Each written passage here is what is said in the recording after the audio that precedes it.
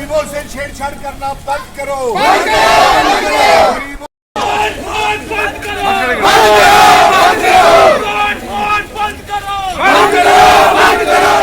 बंद करो, हमारी जमीनों से छेड़छाड़ बंद करो, हमारी रियासत वापिस दो,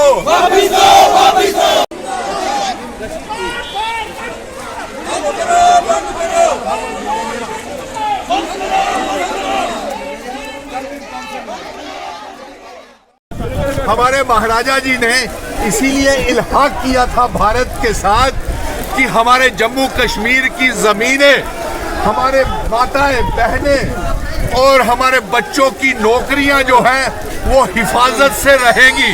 लेकिन आज आप देख रहे हैं कि हम सब एक साथ इस जंग को लड़ेंगे और जम्मू कश्मीर का इतिहास और डेमोग्राफी जो बदलने की कोशिश की जा रही है उस और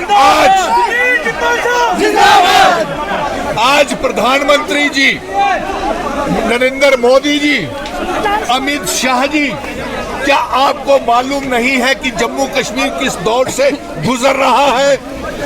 आज पूरा जम्मू कश्मीर जिस तरीके से एक अटैचमेंट किसी की दफ्तर के साथ होती है, जम्मू कश्मीर इस समय सीधे का सीधा मीर जफर साहब, अयूब साहब, रशीद साहब होम मिनिस्ट्री के साथ जम्मू कश्मीर अटैच है। यानी कि चीफ मिनिस्टर की पावर्स जो है वो इस समय होम मिनिस्टर साहब के पास है और होम मिनिस्टर को मालूम नहीं है कि हमारे इतिहास, डेमोग्राफी, आइडेंटिटी को किस तरीके से कुचला जा रहा है और इसे होने नहीं देंगे।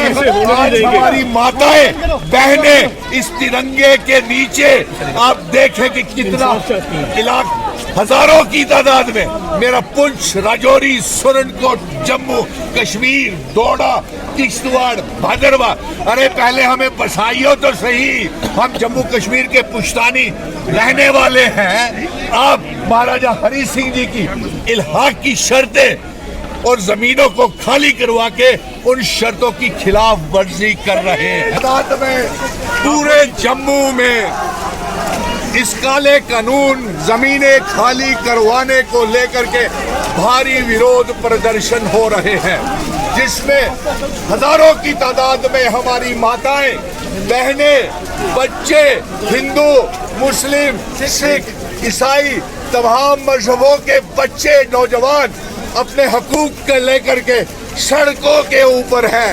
जो काला कानून मोदी जी और अमित शाह जी, आपको जानकारी नहीं है कि जम्मू कश्मीर में क्या हो रहा है, हम किस दौर से गुजर रहे हैं, हमें क्यों बर्बाद किया जा रहा है, हम ये सब आपसे जानना चाहते हैं।